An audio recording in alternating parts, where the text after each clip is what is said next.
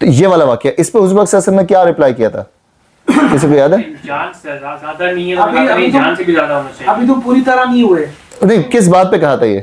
جب انہوں نے کہا نا کہ صرف اپنا, انہوں نے بولا کہ سب چیزیں عزیز ہیں لیکن اپنا نہیں لیا. ہاں, یہ وہ والی بات ہے کہ حضور پاک صلی اللہ علیہ وسلم سے جب انہوں نے کہا نا کہ آپ مجھے ماں باپ, میرے بچوں سے, میرے مال سے, ہر چیز سے یا رسول اللہ آپ مجھے زیادہ عزیز ہیں, تو حضور پاک صلی اللہ علیہ وسلم نے پوچھا کیا تمہاری اپنی جان سے بھی؟ تو سچ بولتے تھے نا, سچ بولتے تھے بات. انہوں نے کہا کہ یا رسول اللہ نہیں, جان سے نہیں.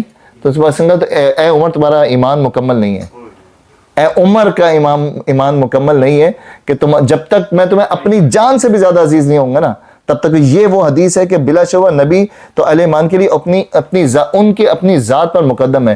یہاں پہ مولانا نے لکھا کہ ایک نارمل انسان, ماں باپ, بہن بھائی, سگے بہن بھائی دھوکہ دے جاتے ہیں, ماں باپ فیوریٹزم میں سم ٹائم کر جاتے ہیں, زیادہ کمانے والا بچہ اور کم کمانے والا بچہ, کہیں سے بھی آپ کو دھوکے کا عنصر مل سکتا ہے. لیکن حضور پاک صلی اللہ علیہ وآلہ وسلم, اچھا شروع کے زمانے میں میں آپ کو بتاؤں, حضور پاک صلی اللہ علیہ وآلہ وسلم جو ہیں وہ, پتہ نہیں اس بات کا پتہ ہے کہ نہیں پتہ آپ کو, کہ قرض دار کا جنازہ نہیں پڑھاتے تھے حضور پاک صلی اللہ علیہ وسلم. قرض دار جو ہوتا تھا اس کا جنازہ نہیں پڑھاتے تھے. تو جب حضور پاک صلی اللہ علیہ وآلہ وسلم کی وسعت ہو گئی, اتنا حضور پاک صلی اللہ علیہ وسلم کے پاس اتنا آمدنی, مطلب کہ جب مال غنیمت وغیرہ ہو گیا, تو حضور پاک صلی اللہ علیہ وسلم اس مرنے والے کا پہلے قرض اپنی جیب سے ادا کرتے تھے اور پھر اس کی نماز پڑھاتے تھے. تو اتنا حضور پاک صلی اللہ علیہ وسلم کا ہر ایکٹ, جو مولانا نے بالکل آخری ورڈ لکھا ہے نا, بالکل یہ بڑی زبردست لائن تھی آخری, کہ یہاں پہ جو تھی آخری لائن, کہ اپنی رائے پر آپ صلی اللہ علیہ وسلم کی رائے کو, مطلب آپ جو سوچ رہے ہیں حضور پاک صلی اللہ علیہ وسلم جو سوچ رہے ہیں, اپنے فیصلے کو حضور پاک صلی اللہ علیہ وسلم کے فیصلے کے ساتھ آپ نے دیکھنا ہے. اب اسلام کہہ رہا ہے, دین کہہ رہا ہے یہاں چلو, حضور پاک صلی اللہ علیہ وسلم کہہ رہے ہیں یہاں چلو, لیکن آپ کہیں کہ نہیں مشکل ہے, ٹھیک ہے اس زمانے میں تو تھا لیکن اب مشکل ہے, اٹس ناٹ ایزی, پاسبل نہیں ہے. حضور پاک صلی اللہ علیہ وسلم ہماری جان سے بھی بڑھ کے, اچھا یہ ورڈز میں تو ہم نا حضور پاک صلی اللہ علیہ وآلہ وسلم کا نام تو بڑے آسانی سے لے لیتے ہیں, ہم نے کبھی سمجھا ہی نہیں کہ ہمارے لیڈر تھے کون, حضور پاک صلی اللہ علیہ وسلم تھے کون. یہ ہم تو کہہ جاتے ہیں لیکن ہم کبھی فیل نہیں کر پاتے کہ وہ ہمیں اپنی جان, مال, اولاد, ہر چیز سے بڑھ کر محبت ہمیں ہونی چاہیے. اب یہ بتائیں کہ ہمارے اندر ٹیکنیکلی کتنی محبت ہے ابھی حضور پاک صلی اللہ علیہ وسلم کے لیے. سچ بول رہے ہیں تو اچھی بات ہے, سچ بولنے تو بڑی اچھی بات ہے. کم ہے کیونکہ جو مطلب ہماری جو چیزیں ہیں وہ سب میچ نہیں کرتی. کتنی کم ہے جی, ندیم بھائی سے آصف بھائی تک کتنی کم ہے؟ 10% ہے. اچھا چلیں, کتنی ہے, نہیں ہے تو چھوڑ دیتے ہیں. انسپوکن محبت ہے مگر ڈیمانسٹریشن کی لازم ہے, اس کو کس طرح آپ بائی ورڈز کہہ رہے ہیں, محبت ہے بائی ورڈز, دل میں, ورڈ میں, دماغ میں ہے, مگر اپنے اعمال اور ایکشنز کے اندر نا وہ ہم ظاہر نہیں کرتے اس لحاظ سے. ہم ان کی تعلیمات جو جس طرح کبھی کبھی ان کا مذاق, اس کو الیبریٹ کریں نا, آپ کہہ رہے ہیں بائی ورڈز محبت ہے, مگر کہنے میں محبت ہے. دل میں, خیال میں, الفاظ میں محبت ہے, مگر اس کا اظہار جو ہے نا. اچھا ایک سیکنڈ, حاجی صاحب یہیں رک جاتے ہیں. دل کی محبت کیسے ہے, کتنی ہے, مثال کے طور پہ جیسے ابھی ہم بات کر رہے ہیں یہ والی, کہ جو ابھی ہم تھوڑا سا اندر دل میں کچھ ہو رہا ہوگا, یہ بات سنتے ہوئے دل میں محبت ہے, میرے خیال میں یہ کہنا چاہ رہا ہوں کہ جو بھی محبت ہے اس کا اگلی اسٹیج ہوتی ہے اس کا اظہار یا تو آپ جس کے ساتھ محبت سامنے کرتے ہیں وہ ہمارے سامنے نہیں ہے, تو پھر اس کے 2-3 طریقے بنتے ہیں کہ ان کے جو اعمالات ہیں, ان کے جو انہیں اٹھنا بیٹھنا, ان کی سیرت اس کو فالو کریں, تو اس کے تھرو اظہار ہوتا ہے. یا ہمیں موقع ملے بعض موقع پہ, جس طرح بعض لوگ کہتے ہیں جی ہم نے محبت کے اظہار میں ختم نبوت پہ قتل کر دیا, وہ ایکسٹریملی چلے جاتے ہیں. اچھا میں تھوڑا سا اظہار کی اسٹیج ہے. اچھا میں تھوڑا سا اس میں پیچھے ایک اسٹیپ, اظہار بہت دور کی بات ہے. جب کسی کو عشق ہوتا ہے نا, کسی سے آپ کسی بھی لیول پہ لے جائیں, کسی کو کبھی کسی سے عشق ہوتا ہے نا, محبت ہوتا ہے, پہلے اس کا خیال ہر وقت ہوتا ہے. ابھی تو اظہار بہت دور کی بات ہے, اظہار کر دیا وہ تو بہت, پہلے تو محبت آپ کو اس کی یاد میں آپ کو سونے نہیں دیتی, وہ یاد میں آپ کو تڑپاتی ہے. وہ محبت اندر ہونا اٹسیلف آپ میں لاوا پھٹ رہا ہے. حضور پاک صلی اللہ علیہ وسلم کی محبت اگر ہمارے اندر, اظہار نہیں, اعمال نہیں, اندر ہی محبت آ جائے نا, صرف اندر, تو ہمارا اٹھنا بیٹھنا ہی ہمارے لیے بڑا وہ ہو جائے کہ ہمارے نبی کی محبت ہمارے اندر آ گئی. میں سمجھتا ہوں, اب آپ اپنی رائے, آصف بھائی آپ کچھ کہہ رہے تھے کہ اندر محبت ہے, ہمارے اندر کی بات کروں, اظہار چھوڑ دیتے ہیں, ابھی عملاً چھوڑ دیتے ہیں. کیا کہتے ہیں کاشف بھائی؟ جی ایسے ہمارے ایکشن جو ہے وہی مانا ہے. اندر ہے. آپ کیا کہتے ہیں؟ اندر ہے, ہڈن ہے. اچھا اندر والی بھی ہڈن ہوئی ہے, اندر والی محبت آپ کو عشق ہے حضور پاک صلی اللہ علیہ وسلم سے. اچھا یہ جو لیول ہے نا, یہ آلموسٹ عشق والا لیول ہے, جو ہم انڈین فلموں والا جو عشق سمجھتے ہیں نا, یہ عشق والا لیول ہے کہ ماں باپ, اولاد, مال, جان, ہر کسی سے مجنو والی محبت نہیں, وہ بالکل اپنے آپ کو ختم کر دینے والی اندر ہے. جی ایسے مضبوط ہے نا, اس کے حساب سے ہر بندے کا ہونا چاہیے. جی ایسے بھائی. اچھا, اس کے اندر دو چیزیں ہیں. ایک تو وہ لوگ تھے جنہوں نے ان کو دیکھا, ان کے ساتھ رہے. اب ہم لوگ جو ان کی صرف تعلیمات کو پڑھتے ہیں, جی تو ہمارے اندر جو میری وہ ہے, کسی دوسرے کی الگ ہو سکتی ہے, کہ ان کی جو تعلیمات ہیں, ٹھیک ہے, ان سے جو محبت ہے وہ اس طرح کی ہے کہ آپ کو عشق میں ایک ہوتا ہے کہ یار اس کو فالو کرنا ہے. اب کسی سے آپ کو عشق ہوتا ہے, آپ چاہتے ہو کہ یار اس کو وہ چیز پسند ہے کہ نہیں ہے, تو آپ کا جو ایکشن ہے, جیسے آپ کو اللہ سے اگر وہ آئیڈینٹیفائی کرے گا, وہ ایکشن آپ کو بتاتا ہے کہ یار یہ چیز میں کر رہا ہوں اور جس سے مجھے پیار یا عشق ہے اس کو یہ چیز پسند ہے کہ نہیں ہے. مطلب آپ اس میں ہے کہ ان کی جو سنت ہے وہ وہاں سے پتہ چلتا ہے کہ آپ ان کی سنت کیا ہے. وہ حارث بھائی والی بات نا کہ ایکشن, وہاں سے وہ پتہ چلتا ہے کہ آپ کو عشق ہے کہ نہیں ہے. اور اس موقع پہ پتہ چلتا ہے کہ جب کوئی مشکل چیز آتی ہے, جب دنیا ایک طرف جا رہی ہے اور نبی صلی اللہ علیہ وسلم کا فرمان دوسری جگہ پر ہے. اس کو سوچ لیتے ہیں, اور پورے دن میں حضور پاک صلی اللہ علیہ وسلم کا خیال کتنی دفعہ آتا ہے, سوچیں, اور آئی ہوپ کہ آنسر صحیح دفعہ دیں گے. اگر آتا ہوتا تو پھر جیسے بیڈ پہ سونے سے پہلے دعا پڑھے, باتھ روم میں جانے سے پہلے. حضور پاک صلی اللہ علیہ وسلم, میرے نبی حضور پاک صلی اللہ علیہ وسلم, ایسا خیال پورے دن میں کتنی دفعہ آتا ہے؟ میں انڈیویجولی نہیں پوچھا, ویسے جنرلی کتنی دفعہ آتا ہوگا؟ وہ تو ہم خیال میں کہہ رہا ہوں. اب آپ سمجھ رہے ہیں میرے سوال کی ڈیپتھ آپ سمجھ رہے ہیں؟ آپ کا جو سوال ہے نا کہ اندر کتنی محبت ہے یا اندر ہے, وہ کچھ کہہ رہے ہیں کمزور ہے, کوئی کہہ رہے ہیں نہیں ہے. یہ آن اینڈ آف ہے, کبھی آتی ہے کبھی نہیں آتی ہے. اس طرح ہماری محبت صحیح نہیں ہے. آپ کچھ کہتے ہیں ایسی ہم باتیں نماز میں جب کبھی ہاں کبھی آدم محمد جب پڑھتے ہیں تو اس میں محبت کا نام تو ہوتا ہے نا, نام آتا ہے. وہ تو آپ ایک عبادت کے طور پہ کر رہے ہیں, وہ تو آپ کا روٹین ہے. وہ تو انسانی کبھی خیال آ جاتا ہے تو محبت آ جاتی ہے,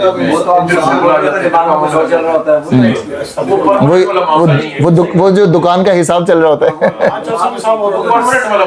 یاسین بھائی آپ کچھ کہہ رہے ہیں؟ دیکھیں ایک چیز ہوتی ہے عادت. عادت ایک نماز پڑھنے کی ایک شخص کو عادت ہے, اٹھے گا مسجد جائے گا نماز پڑھے گا, یہ عادت روٹین. ہاں, عادت اور محبت میں فرق ہے بہت زیادہ. عادت اور محبت میں فرق یہ ہے کہ وہ عادتاً نہیں جائے گا, اس کو تڑپ ہوگی جائے گا.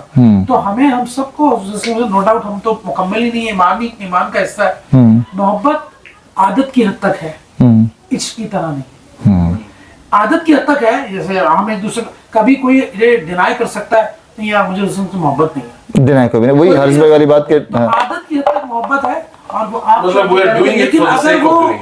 عادت یہ جو ممتاز بھائی نے کہا ابھی, آپ اگر بھول رہے ہیں کہ انسان کی فطرت بھی دیکھیں نا, آپ دیکھیں اس میں بھی مقابلہ کر رہے ہو, بیوی بچوں کا, بچوں سے محبت, اس سے محبت, مال سے محبت. اب آپ خود سوچیں کہ آپ فطری طور پہ چلے جائیں, مسلمان نہیں بھی ہیں تو فطرتی آپ کو اللہ نے فطرت میں ڈالا کہ وہ بچوں سے محبت کرنا, ٹھیک ہے نا, ٹھیک ہے. بیوی میں بات ہے تو بچوں کی بات ہے, بچے آپ باقی جنریشن ہے تو آپ اس سے محبت کرتے ہیں. مگر آپ ہر وقت بچے کو سوچ رہے تھے, صبح اٹھتے بچے کو سوچ دوپہر کو, رات کو سونے سے پہلے, وہ آن نیڈ بیس سوچتے ہیں نا, ضرورت پڑ گئی سوچا ہے.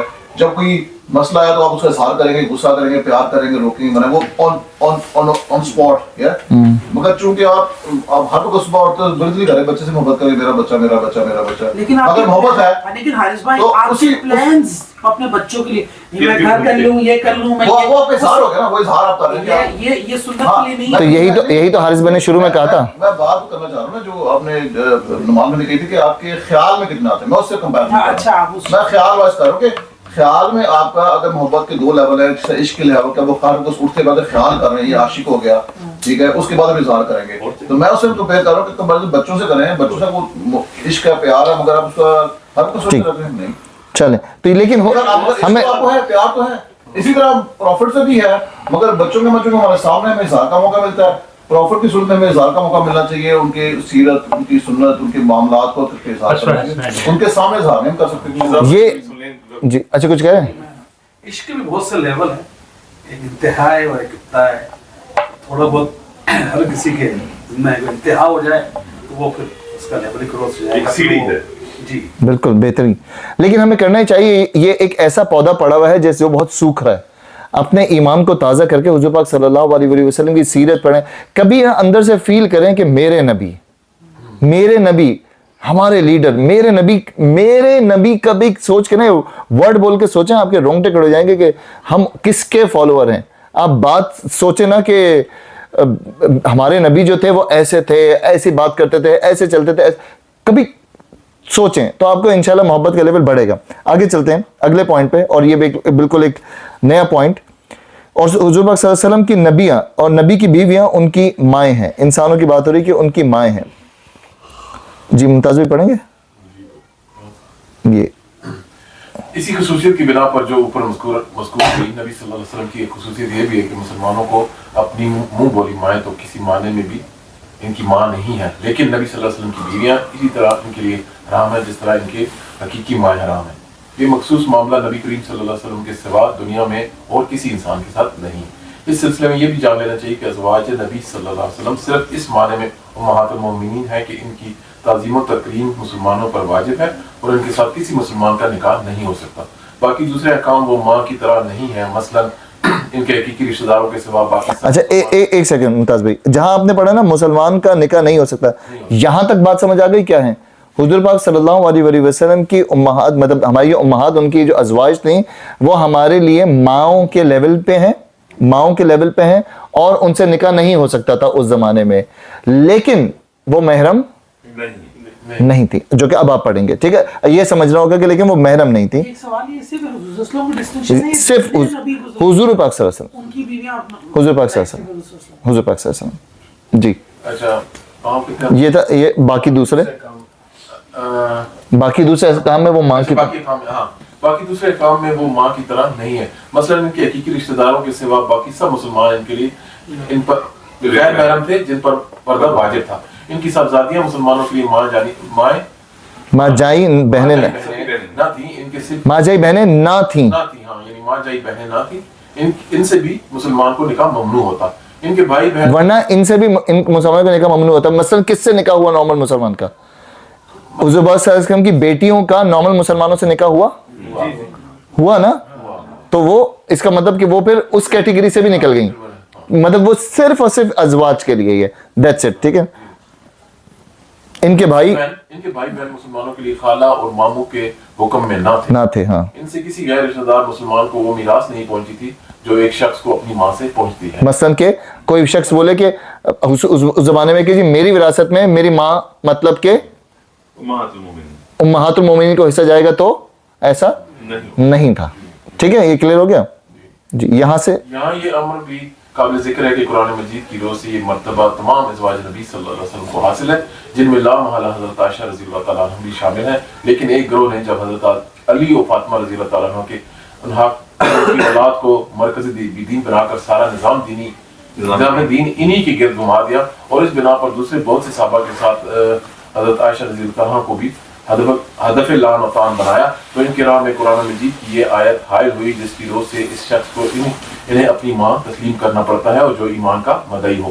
آخرکار اس مشکل کو رفع کرنے کے لیے یہ غریب دعویٰ کیا گیا کہ حضور نبی کریم صلی اللہ علیہ وسلم نے حضرت علی رضی اللہ تعالیٰ عنہ کو اختیار دیا تھا کہ آپ صلی اللہ علیہ وسلم کی وفات کے بعد آپ صلی اللہ علیہ وسلم کے ازواج مطہرات سے جن کو چاہیں آپ کی زوجیت آپ صلی اللہ علیہ وسلم کی زوجیت میں باقی رکھیں, اور جسے چاہیں آپ صلی اللہ علیہ وسلم کی طرف سے طلاق دے دیں. ابو منصور احمد ابو طالب تبرسی نے کتاب الاحتجاج میں یہ بات لکھی ہے کہ اور سلیمان بن عبداللہ البحرانی نے اس کو نقل کیا ہے کہ حضور صلی اللہ علیہ وسلم نے حضرت علی رضی اللہ عنہ سے فرمایا, اے ابو الحسن یہ شرف تو اسی وقت تک باقی ہے جب تک ہم لوگ اللہ کی اطاعت پر قائم رہیں, لہذا میری بیویوں میں سے جو بھی میرے بات تیرے خلاف خروج کرے, اس کی نافرمانی کرے تو طلاق دے دیجیے اور اس کو امہات المومنین کی شرف سے ساقط کر دیجیے. اصول روایت کے اعتبار سے یہ روایت سراسر بے اصل ہے, لیکن اگر آدمی اسی سورہ احزاب کی آیت 28, 29 اور 51 اور 52 پر غور کرے تو معلوم ہو جاتا ہے کہ یہ روایات قرآن کے بھی خلاف پڑتی ہیں, کیونکہ آیت تخیر کے بعد جن ازواج مطہرات نے ہر حال میں رسول اللہ صلی اللہ علیہ وسلم کی رفاقت کو اپنے لیے پسند کیا تھا, انہیں طلاق دینے کا اختیار حضور صلی اللہ علیہ وسلم کو باقی نہ رہا. اس مضمون کی تشریح آگے حاشیہ نمبر اتنے مٹا دی.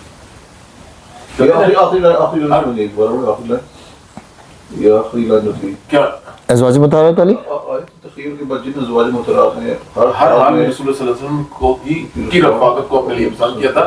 انہیں طلاق دینے کا اختیار حضور صلی اللہ علیہ وسلم کو باقی نہ رہا. یہ کیا مطلب؟ اچھا اس کو کیونکہ آگے اس کا آنسر آ رہا ہے ورنہ یا پھر میں ابھی ایلیبریٹ کر دوں. پورا پڑھ لیں پھر اس کے بعد اس کا پورا پڑھ لیں. علاوہ بری ایک غیر متعصب آدمی اگر محض عقل ہی سے کام لے کر اس روایت کے مضمون پر غور کرے تو صاف نظر آتا ہے کہ یہ انتہائی لغو اور رسول اللہ پاک صلی اللہ علیہ وسلم کے حق میں سخت توہین آمیز افطرا. اچھا یہ کس چیز کی بات ہو رہی ہے کہ یہ کیا طلاق جو ہے کسی اور کو اختیار دیا نا حضرت کہہ رہے ہیں جو کہ کیا لکھا تھا کہ ایک روایت بنائی گئی کہ جس میں حضرت علی کو یہ حضور پاک صلی اللہ علیہ وسلم نے اختیار دیا جو کہ غلط ہے کہ میرے بعد تم جس کو چاہو میری طرف سے تم طلاق دے دینا اور اس کو ازواج کے اس سے ساقط کر دینا اس کیٹیگری سے ساقط. اگر وہ اللہ کی نافرمانی ہاں اگر تمہارے لیے کوئی خروج کرے تو یہ بنائی کس نے ہے یہ کیوں بنائی ہے کہیں پہنچ رہے ہیں آپ کہیں آپ کا دماغ پہنچ رہا ہے وہ حضرت عائشہ کو جو ہے وہ کرنے اس سے نکالنے کے لیے ٹھیک ہے نا کیونکہ حضرت عائشہ مانیں گے تو اس کے بعد پھر حضرت علی کو خلیفہ مان لیں گے پہلا خلیفہ حضرت علی پہلے ہی اگر اس آیت کو مانے جائے مطلب یہ حدیث اگر مانے تو اگر مانے ان کے لیے یہ ہے کہ آپ اس کو بھی مانیں اس طرح وہ شیعوں میں بدلتے ہیں. ہاں تو یہ وہی ہے کہ حضرت عائشہ سے جو بغض عائشہ جو ہے وہ اسی پہ یہ ہوا تھا. چلیں یہ سمجھ آ گیا نا کہ کہاں کنیکٹ کہاں پہ ہو رہا ہے. رسول کا مقام تو بہت بالا تر رسول کا مقام تو بہت بالا تر اور برتر ہے. ایک معمولی شریف آدمی سے بھی یہ توقع نہیں کی جا سکتی کہ وہ اپنی وفات کے بعد اپنی بیوی کو طلاق دینے کی فکر کرے گا اور دنیا سے رخصت ہوتے وقت اپنے داماد کو یہ اختیار دے جائے گا کہ اگر کبھی تیرا اس کے ساتھ جھگڑا ہو تو میری طرف سے اس کو طلاق دے دیجیے. اس سے معلوم ہوتا ہے کہ جو لوگ اہل بیت کی محبت کے مدعی ہیں ان کے دلوں میں صاحب البیت کی عزت اور ناموس کا پاس کتنا کچھ ہے اور اس سے بھی گزر کر خود اللہ تعالیٰ کے شہادات کا وہ کتنا احترام کرتے ہیں. ٹھیک ہے اب یہ یہاں پہ سمجھ لیں کہ حضور پاک صلی اللہ علیہ وسلم کی ازواج تمام ازواج قرآن نے اچھا قرآن کی جب آیت آتی ہے تو وہ اسٹیمپ ہے نا فل اسٹیمپ فل اسٹاپ ہے مکمل ہو گئی نا بات ہی ختم کر دی وہاں پہ. تو تمام ازواج اور نبی کی بیویاں تمہارے لیے مائیں ہیں. تو حضور پاک اچھا حضور پاک صلی اللہ علیہ وسلم نے اپنی زندگی میں کتنی ازواج کو طلاق دی؟ ایک کو کس کو ایک کو بھی نہیں ایک کو بھی نہیں ہاں کسی کو بھی نہیں. ٹھیک ہے حضور پاک صلی اللہ علیہ وسلم نے یہ کیا ہی نہیں آپشن. تو جب حضور پاک صلی اللہ علیہ وسلم نے نہیں کیا تو حضور پاک صلی اللہ علیہ وسلم اپنے بعد بھی کسی کو اختیار نہیں دے سکتے تھے.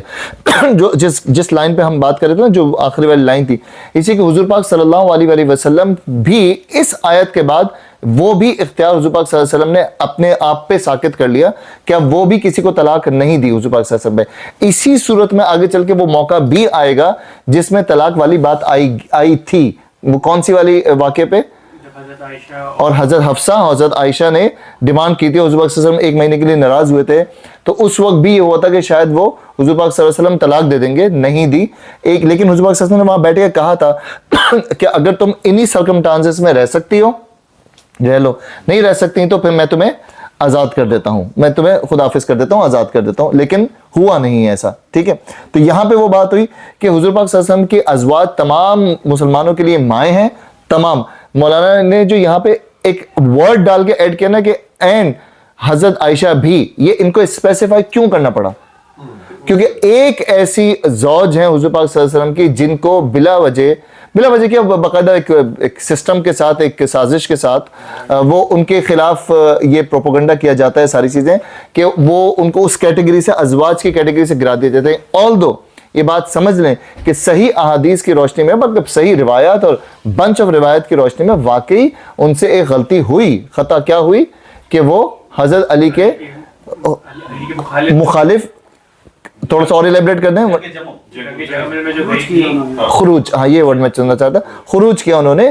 کیوں حضرت علی اس وقت کیا تھے ایز داماد تھے یا پھر خلیفہ تھے اس وقت خلیفہ تھے لیکن جب ان پہ حوب کے کتے بھونکے یہ پوری حدیث چل رہی ہے حوب کے کتے بھونکے تو انہوں نے پوچھا کون سا مقام ہے تو انہوں نے کہا کہ میں یہاں سے پلٹ رہی ہوں واپس کیونکہ میں نے حضور پاک صلی اللہ علیہ وسلم سے سنا تھا کہ ایک میری بیوی ایسی ہوگی جس پہ حوب کے کتے بھونکیں گے. حوب ایک جگہ کا نام ہے تو انہوں نے کہا میں واپس چل رہی ہوں. پھر کس کے کہنے پہ وہ آگے بڑھی نیت ان کی لڑنے کی نہیں تھی ان کی نیت تھی کہ یہ لوگ لے کے جاتے. اچھا جس وقت حضرت عائشہ گئی ہیں نا کیونکہ یہ پھر ایک لمبی ایک الگ ہی ٹاپک شروع ہو جائے گا میں کلوز کرتا ہوں. حضرت عائشہ بہت بوڑھی ایج میں ہے اس وقت جس وقت یہ بات ہو رہی ہے تو ایز اماں کے طور پہ کہ آپ ہوں گی نا سامنے ہماری طرف سے تو حضرت علی تو دیکھتے ہی رک جائیں گے نا کہ حضرت عائشہ آ گئی سامنے, وہ اس بہانے سے لے کے گئے. لیکن جو پارٹی تھی دوسری بنو امیہ اور حضرت امیر معاویہ کی جو پارٹی تھی, وہ ان کے دل میں عقل نہیں تھا. حضرت عائشہ کو کچھ اور کہانی سنائی, ان کے دماغ میں یہ تھا کہ ہم ان کے ساتھ لے کے جائیں گے کیونکہ ان کے ہونے سے ہمارے پاس پاور ہے, کیونکہ یہ مدینے سے آ رہی ہیں. تو وہ اس وجہ سے ان ساری کہانیوں کی وجہ سے حضرت عائشہ کی ولی کو ڈاؤن کیا جاتا ہے کہ وہ اس لیول پہ نکل گئی, کیونکہ یہ خروج تو کیا انہوں نے, لیکن انہوں نے معافی بھی مانگ لی تھی, انہوں نے استغفار بھی کر لی تھی. پھر ایک اور حدیث کو لیتے ہیں کہ حضرت عائشہ نے کہا تھا کہ میرے مرنے کے بعد, کیا حدیث پتہ ہے کسی کو؟ میرے روایت میں آتا ہے نا, روایت جو ہے نا, تو مطلب حدیث میں وہی روایت لے رہا ہوں نا, صحابہ کرام کی ساری روایت, دفنانے کی بات جو ہے کہ مجھے میری سوتنوں کے ساتھ کہاں جنت البقیع میں دفنانا.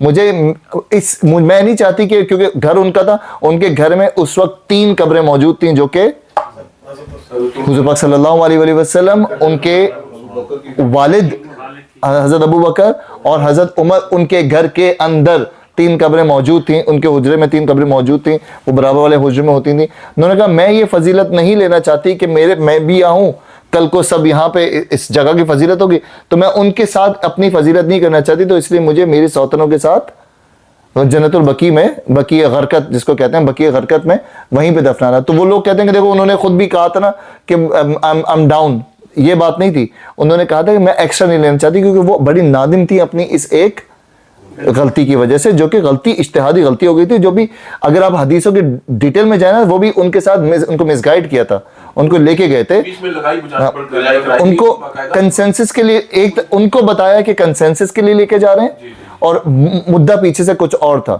تو اس وجہ سے ان بیچاریوں کی کوئی غلطی نہیں تھی. تو یہ اس لیے وہ بھی, ان کا بھی وہی لیول ہے, اسی ہائی لیول پہ جس طرح تمام ازواج کا بھی لیول ہے. پھر ہم نے پڑھا, ابھی جو ممتاز بھائی نے پڑھا, کہ یہ صرف نکاح کی حد تک مائیں تھیں, صرف نکاح کی حد تک, مطلب کہ ان سے نکاح نہیں ہو سکتا. حضور پاک صلی اللہ علیہ وسلم کے انتقال کے بعد کوئی ان کے ازواج سے نکاح نہیں کر سکتا تھا.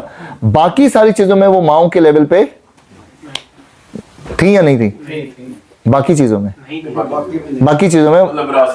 وراثت میں حصہ, یا ان کی بیٹیاں, حضور پاک صلی اللہ علیہ وسلم کی بیٹیاں آپ کی کیا بن جائیں, بہنیں, اور ان سے پردے کا حق وہ چلا جائے, تو ایسا کچھ بھی نہیں تھا.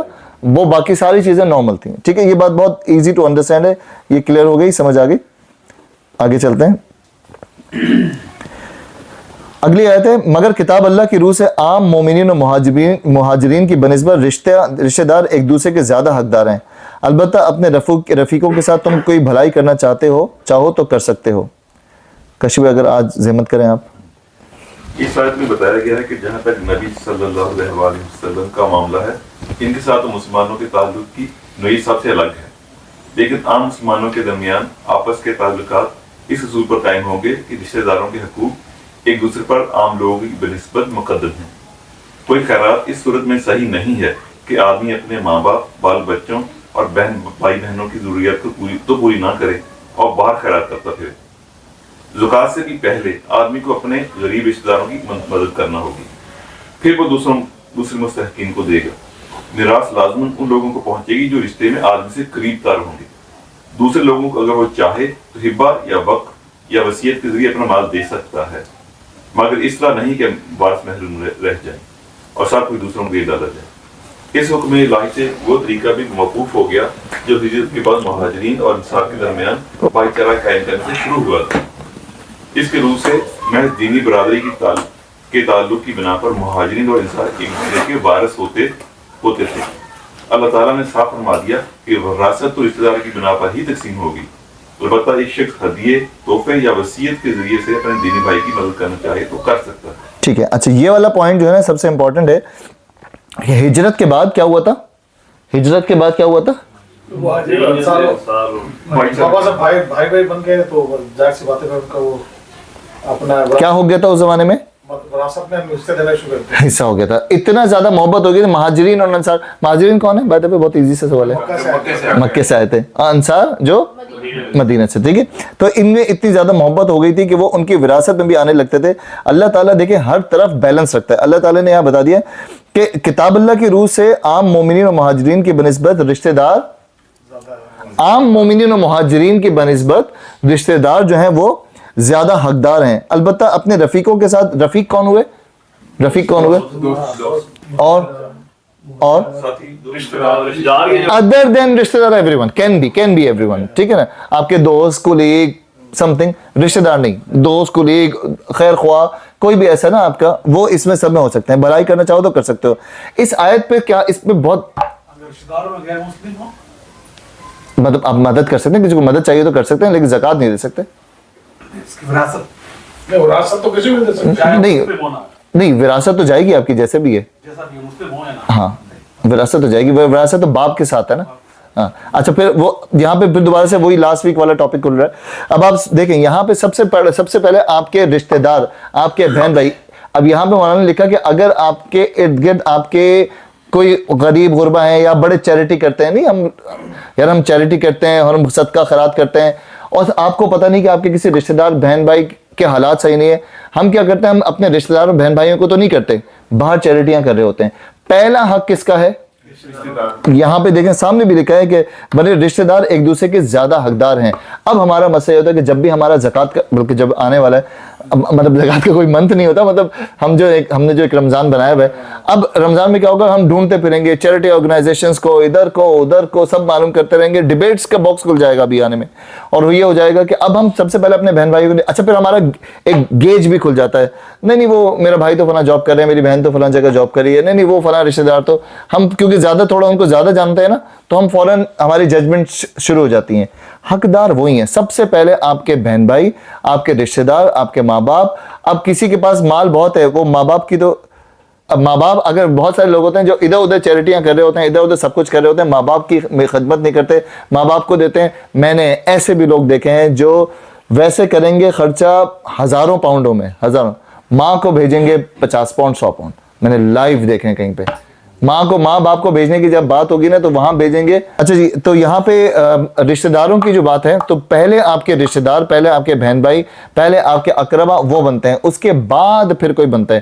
اب یہ بتائیں ریئلٹی میں کیا ہم یہ پہلے سرکل پہلے دیکھتے ہیں یا دیکھتے ہیں, واقعی دیکھتے ہیں, دیکھتے ہیں. اچھا کشف, آپ کو نہیں لگتا کہ اس میں ہماری شرمی بھی آ جاتی ہے, آتی ہے؟ اچھا کیوں لینے والے کو بھی آتی ہے, یہ فرد بھائی کا ورڈ سنے گا, کیا برا کب مانے گا, جب آپ اس کو بتائیں گے. ہمارے یہاں بہت بڑا ہمارا ایک مسئلہ ہے کہ ہم جتانا اور بتانا ہمارے اندر اتنا ہے. یہ حدیث میں بتاؤں, حضور پاک صلی اللہ علیہ وسلم نے عرض کیا کہ بلکہ ایسے زکوٰۃ اگر تمہیں دینی ہے, کچھ دینا ہے, ایسے دو کہ ایک ہاتھ سے دوسرے ہاتھ کو بھی پتہ نہ چلے. آپ کو کیا ضرورت ہے کہ بھائی میں وہ تمہیں زکوٰۃ کے پیسے سینڈ کر رہا ہوں, ہاں زکوٰۃ, آپ کو کیا ضرورت ہے. آپ یہ جو چیز ہے نا, یہ دونوں طرف ہی ہے. جیسے ہم ہج کے چاہتے ہیں دینے میں رشتہ داروں کو, تو ان کی طرف سے بھی ہے کہ وہ واقعی برا مانتے ہیں, وہ بھی فیل کرتے ہیں. لیکن اب جیسا وہ کہا جب وہ ہے, جب وہ کوئی بھی آپ جتا کے دیتے ہیں تب وہ زکوٰۃ دے رہے ہیں آپ کو. بولنا چاہیے کہ آپ کہتے ہیں بول کے دو, نو بقائے بلکہ نہ بول کے دینی چاہیے. سارے لوگ یہاں مارکیٹ میں لگے ہوئے ہیں بول کے دو. اچھا میں نے تو کہیں پہ دیکھا, میں نے یاسر بھائی کہیں پہ دیکھا, کسی سگے نے کسی سگے کو زکوٰۃ دی باقاعدہ جتا کے, دیکھو بھائی زکوٰۃ کے پیسے دینا تمہیں, زکوٰۃ کے پیسے, ٹھیک ہے, اور نا ایسا جتایا کہ سامنے والے کہہ دیا, سگے نے سامنے والے کہہ دیا کہ مجھے زکوٰۃ کے پیسے نہیں چاہیے. او بھائی آپ نے تو نہیں, بھائی پاؤنڈ میں بھیج رہا ہوں, زکوٰۃ کے پیسے ہیں, خیال سے یوز کرنا. آپ نے برباد کر دی اپنی زکوٰۃ, برباد کر دی زکوٰۃ اپنی. مطلب یہ تو میں وہ ہیں جو باقاعدہ میرا دیکھا ہوا قصہ ہے. تو فائدہ کیا ہوا؟ چیریٹی کو آپ دیتے ہیں تو آپ کہتے ہیں بھائی ہماری زکوٰۃ نہیں استعمال کریں پیسے, پھر نہیں وہ تو تھرڈ پارٹی ہے نا. رشتہ دار اور آپ کے جو, یہ یاد رکھیں آپ کا پھر سے زکوٰۃ کا ٹائم, اگر تو آپ رمضان ٹو رمضان دینے والے پرسن ہیں تو آپ کے زکوٰۃ کا ٹائم آ رہا ہے, دیکھیں اپنے ارد گرد. اچھا پھر آپ وہ کیلکولیشنز نہ نکالنا شروع ہو جائیں کہ یار میرا فلاں بھائی, فلاں بہن, فلاں رشتہ دار, فلاں میرا جو ہے وہ ایکسٹینڈیڈ رشتہ, مطلب لاسٹ ٹائم کاشف بھائی نے بات کی تھی سرکل کی, یاد ہے راسم کہ یہ انر سرکل پھر اس براڈر اینڈ براڈر دیکھتے رہیں, اس میں آپ دیکھتے رہیں. ہو سکتا ہے واقعی آپ کے بہن بھائی بہت ریچ ہوں, پاسبل, نیکسٹ انر سرکل سے باہر جائیں, پھر دیکھیں, آپ نے دیکھیں, اور پھر آپ کو کوئی مل جائے تو آپ تمیز سے آپ بتائیں کہ میں کچھ بس آپ کی ہیلپ کرنا چاہ رہا تھا, یہ آپ رکھیں. اس عنوان میں بہت ہی اچھا طریقہ ہے, میں نے خود کیا. میں یہ کہ کرتا ہوں, بے شک اپنے کزن کو بھی دینا پڑے ہیں ایسے مطلب لوگ, تو میں کسی تھرڈ پارٹی کو پہنچا دیتا ہوں, کہ اس کو پتہ نہیں چلتا کسی نے. ہاں ویز نکل آئے بالکل. اس کے اندر جو ہے ہم ظاہر پہ فیصلہ کر رہے ہیں نا, اگر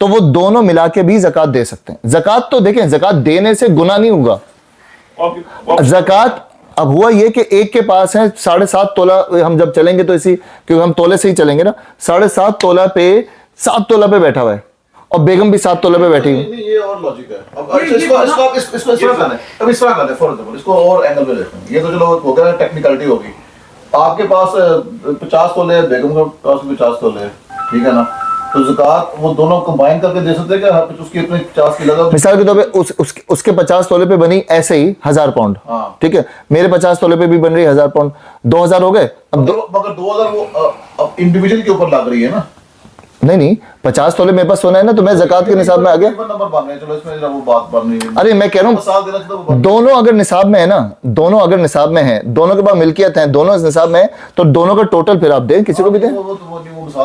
کہنے کا مطلب یہ ہے کہ میرے خیال میرا جو لاجک یہ ہے کہ سر نماز, روزہ, حج, زکات اور اللہ پہ ایمان, یہ جو 5 فرائض ہیں, جو یہ آپ کے انڈیویجول جس پہ آپ کے اس پہ پرکھ ہوگی, یہ اجتماعی نہیں ہے. بیسیکلی یہ کہنا چاہتے ہیں ہاؤس ہولڈ انکم نہیں ہے. Yes of course house hold income میں نہیں ہے, بالکل بھی نہیں ہے. لیکن یہاں پہ بچت کیا ہو جاتی ہے, لوگ کیا کرتے ہیں.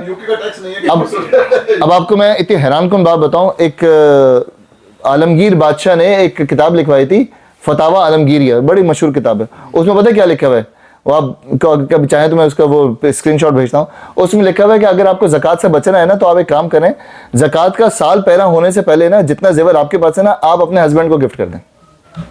ایک دن سے پہلے آپ وہ ہسبینڈ کو گفٹ کر دیں, تو وہ آپ کی, ہاں آپ لکھا ہوا ہے یہ, آپ کے ہسبینڈ کو چلی گئی تو آپ پہ زکات نہیں لگی. ہسبینڈ کیا کرے, ایک دن پہلے 12 مہینے سے ایک دن پہلے نا وہ آپ کو گفٹ کر دے. اس طرح آپ زکات سے بچ سکتے ہیں.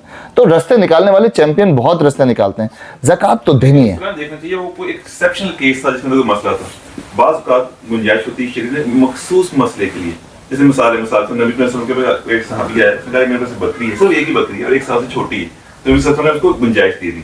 اس طرح سے بعض اوقات کچھ مسئلے مسائل ہوتے ہیں جن کو لیے علماء کہتے ہیں چلو یہ اس میں اس طرح اگر اس باکس میں ہو سکتا ہے, اگر اس باکس میں ہو سکتا ہے تو ہو سکتا ہے کوئی ہو. کسی کے پاس اگر وہ مثال کے طور پہ 1 سال, دیکھیں زکات, پھر وہ زکات کے چڑوں گے نا بہت لمبا چلے گا. زکات ہے ہی سیونگ پہ, سیو کیا ہوا ہے, تو سیونگ پہ ہی تو زکات ہے. مطلب جس کو کہتے ہیں کنز, یہ ورڈ سنیں, مال کنز کر لینا, کنز, تو وہ یہ کنز پہ تو زکات ہے. تو اب ہم پہ دیکھیں زکات پہ چلے گئے ہم, تو وہ زکات میں ہم انشاءاللہ رمضان سے پہلے والے ایک اگلا والا سیشن تو ہمارا کمبائن ہے, اس کے بعد والا جو سیشن ہے. جو حارث بھائی نے بات کی, میں صرف سوچ رہا ہوں بیٹھ کے کہ گھر میں جوائنٹ فیملی سسٹم میں رہتے ہیں 3 بھائی, اب 3 بھائی کے بعد 5 6 تولہ ہے, تو اگر آپ کو انڈیویجول میاں بیوی, میاں بیوی, اچھا میاں بیوی, آپ اس کو لاجک سے میری سمجھیں, اور میں آپ کو زکات والے چیپٹر پہ جب آؤں گا نا بتاؤں گا. بیوی کوئی جاب نہیں کرتی, ٹھیک ہے, کوئی job, normal job, house wives, اور اس کے پاس پڑا ہوا ہے تولا, ٹھیک ہے, اور میرے پاس پڑی ہے سیونگ, اب وہ جو تولا پڑا ہوا ہے, جو ایک سیونگ ہوئی ہوئی ہے جو کہ 7 تولہ ہے, 7.5 نہیں ہوا ابھی, 7 تولہ پڑا ہوا ہے. باقی جو میرے پاس سیونگ ہے, میں بھی اس میں نہیں آ رہا اور بیگم بھی نہیں آ رہی, تو کسی کو تو زکات دینی ہے نا. اب وہ جو 7.5 تولہ اگر میری سیونگ ملا کے بنے, میاں بیوی کی بات کر رہا ہوں میں, میاں بیوی ایک گھر میں, سیونگ کی بات کر رہا ہوں میں, سیونگ, ارے سیونگ کی سیو ہو گیا نا. ملکیت آپ نے 7 تولے سونا جو ہے عورت کی ملکیت کلیئر ہے, اور 7 تولے کے ایکول سیونگ بندے کی ملکیت میں کلیئر ہے. دونوں کے درمیان میں اگر میوچولی انڈرسٹینڈنگ یہ کہ تمہارا سونا یہ میرے پیسے ہیں, تو وہ ان دونوں کے اپنے اپنے پیسے ہیں, ان پہ زکات جو ہے نہیں پڑے گی. کچھ کیا ایڈ کر رہے ہیں آپ کے پاس میں سمجھ رہا ہوں ایسے جب بات آگے بھی پرنسپل ٹھیک ہے, آپ کی طرح آپ دیں گے, بیوی اپنی دے گی. ایک عام طور پر ہم گھر میں زکات دیتے ہیں, میں بھی یہی کرتا ہوں, میں سارا اکٹھے ہی ہم ڈال دیتے ہیں. یس, یہی میں کافی دیر سے سمجھانا چاہ رہا ہوں. ایون کہ میں اپنی میں ذاتی میری سچویشن میں بھی, میرے گھر میں میری وائف جاب نہیں کرتی ہیں, تو میرے وائف کا جو زیور اور میرے پاس جو سیونگ ملا کے ہی, وہ تو سارے وہ تو ہم ایسے کرتے سارے, یہی تو میں اتنی دیر سے کہنا, سونا توڑے گی یہی نہیں, اگر میں اچھا, اب اس میں سے آگے چلتے ہیں اس پوائنٹ کو. تو ہم نے یہاں تک پڑھا کہ وہ اپنے رفیق رشتہ, خیر وہ پھر وہی بات ہے ہمارا ماشاءاللہ. اور پتہ کہ اس سے پریشان نہ ہوا کریں, یہی ہمارے اس سیشن کی خوبصورتی ہے کہ ہم بہت ساری چیزیں ڈسکس ہوتے ہیں. اور کبھی اب یہ ریکارڈنگ اگر دوبارہ سنا کریں نا, تو بہت ساری چیزیں ہم ایک ہی کلاس میں بیٹھ کے ڈسکس ہو جاتی ہیں. تو یہی خوبصورتی ہے ہمارے ان ڈسکشنز کی. تو یہ ہم نے رشتہ داروں کا حق پہلے سمجھ لیا. اس کے بعد تم اپنے کسی بھائی کے ساتھ بھلائی کرنا چاہو تو کر سکتے ہو, کسی ایکسٹرا کے لیے, کسی کو تم باہر وہ جو انر سرکل اینڈ براڈر آپ جب باہر نکلیں تو کر سکتے ہیں. اب اگلی آیت ہے, یہ حکیم کتاب, یہ حکم کتاب الہی میں لکھا ہوا ہے, اور نبی صلی اللہ علیہ وسلم یاد رکھو اس عہد پیمان کو جو ہم نے سب پیغمبروں سے لیا ہے, تم بھی اور نوح اور ابراہیم اور موسیٰ اور عیسیٰ ابن مریم سے بھی سب سے ہم پختہ عہد لے چکے ہیں. سوری اوپر جائیں ذرا, ایک کویسچن چھوٹا سا بنا دوبارہ, سوری ڈسٹریکٹ نہیں کرنا چاہ رہا تھا, مگر یہ لکھا ہوا نا یہ کتاب الہی ہم قرآن پاک ہی پڑھ رہے ہیں, تو قرآن پاک میں لکھا ہے کہ قرآن پاک میں لکھا ہے, یہ کیا مطلب ہے؟ سمجھ نہیں بات. یہ حکم کتاب الہی میں لکھا ہوا ہے, یہ وہ حکیم لکھ دے لیکن حکم ہے یہ. مگر اللہ میں کیوں بتا رہے ہیں یار کتاب میں لکھا ہوا ہے, وہ اللہ میں خود ہی کہہ رہے ہیں خود نہیں, بات سمجھ آ رہی, میں کہنا چاہ رہا ہوں اللہ تعالیٰ خود ہی کہہ رہے ہیں کیوں ڈبل ہو گیا نہیں, تو اب اللہ تعالیٰ بتانا چاہ رہے کہ اتنی امپورٹنس ہے کہ یہ کتاب, یہ حکم کتاب الہی میں لکھا ہوا ہے. جو بولنا ہے وہی کتاب الہی میں, ہاں, لیکن اللہ تعالیٰ نے پورے قرآن میں تو بتایا تھا وَنُنَزِّلُ مِنَ الْقُرْآنِ, یا قرآن کو اس طریقے سے پڑھو, قرآن کی اللہ تعالیٰ قرآن کے بارے میں ہی قرآن میں بتا رہے ہیں, تو قرآن کی ویلیو قرآن میں ہی بتائی گئی ہے, تو بہت جگہوں پہ بتائی گئی. اللہ تعالیٰ اس کتاب جہاں سے ہم شروع کر رہے ہیں نا, ہمارا قرآن پہلی آیت کون سی ہے؟ قرآن کی پہلی آیت ذالک الکتاب, یہ وہ کتاب ہے, اس کتاب میں کے ہی بارے میں کتاب میں بتا رہے ہیں. اب سے دوسری بات لکھا ہوا ہے, اس وقت جب یہ آتی تھی وحیاں تو لکھا تو نہیں چاہتا تھا, وہ زبانی ہوتا سارا کا سارا, لکھنے کا درواز تھا, فوراً لکھتی ہے, میرے خیال میں یہ فوراً لکھ لیا جاتا تھا. یہ قرآن ہم جو ہے وہ جو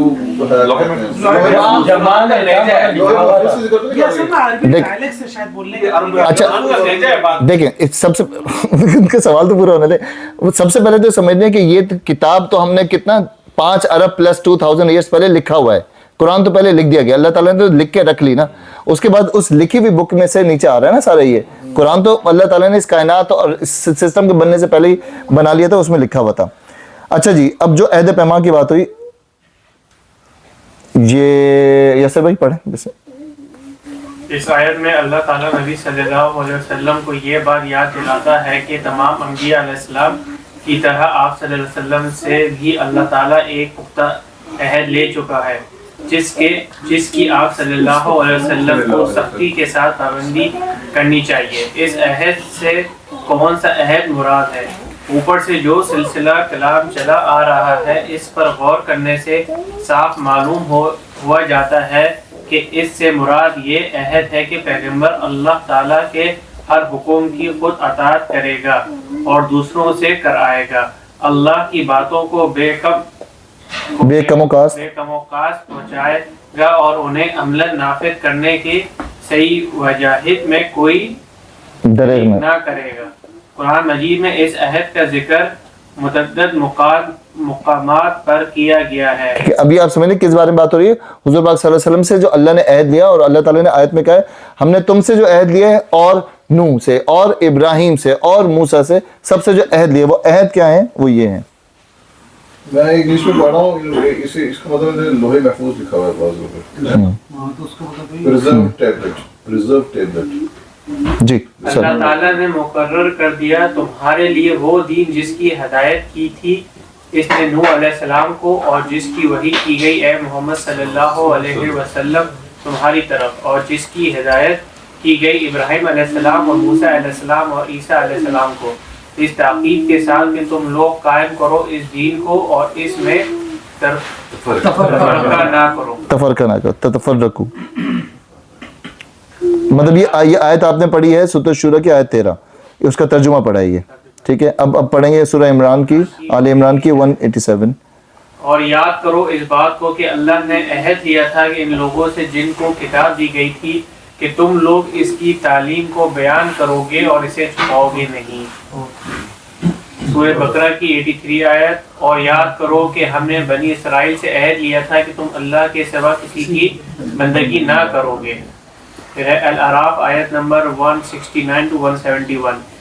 کیا ان سے کتاب کا عہد نہیں لیا گیا تھا؟